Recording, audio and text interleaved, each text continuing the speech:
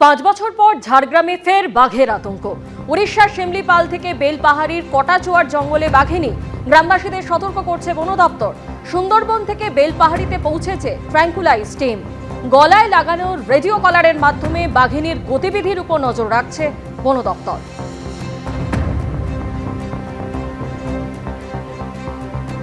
2019 সালের পর জঙ্গলমহলে ঝাড়গ্রামে আবার নতুন করে বাঘের আতঙ্ক। 2019 সালে লালগড়ে দেখা মিলেছিল রয়্যাল বেঙ্গল টাইগারের। আবার গতকাল বেলপাহাড়ি থানার শিমুলপালের কটাচুয়ার জঙ্গলে দেখা মিলেছে বাঘিনী যমুনার। ফরেস্টের সূত্র থেকে যেটা জানানো হচ্ছে যে উড়িষ্যার শিমলিপালে বেশ কয়েকটি বাঘ ছাড়া হয়েছিল। মহারাষ্ট্র থেকে সেই বাঘগুলি আনা হয়েছিল, যার মধ্যে যমুনা এবং জিনাত এই দুটি বাঘের সন্ধান পাওয়া যাচ্ছিল না। কলার আইডি সূত্র থেকে জিনাতের সন্ধান পাওয়া গেলেও যমুনার কোনো সন্ধান তারা পাচ্ছিল না।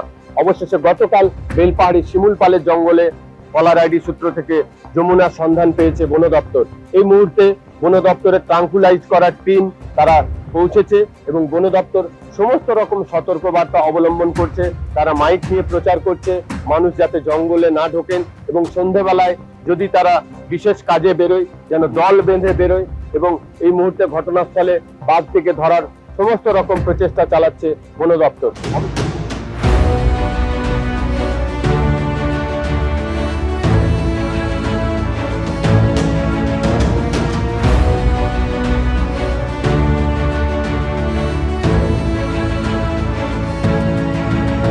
পাঁচ বছর পর নতুন করে বাঘের আতঙ্ক ফিরল ঝাড়গ্রামে।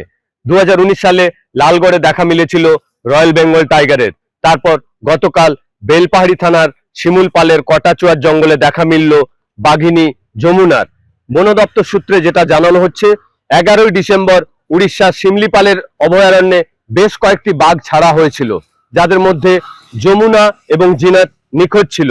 জিনাতের সন্ধান তারা ঝাড়খণ্ডে পেলেও যমুনার কোনো সন্ধান তারা পাচ্ছিলেন না। গতকালই কলার আইডি মারফত বন দপ্তর জানতে পারে বেলপাহাড়ি শিমুলপালে রয়েছে যমুনা।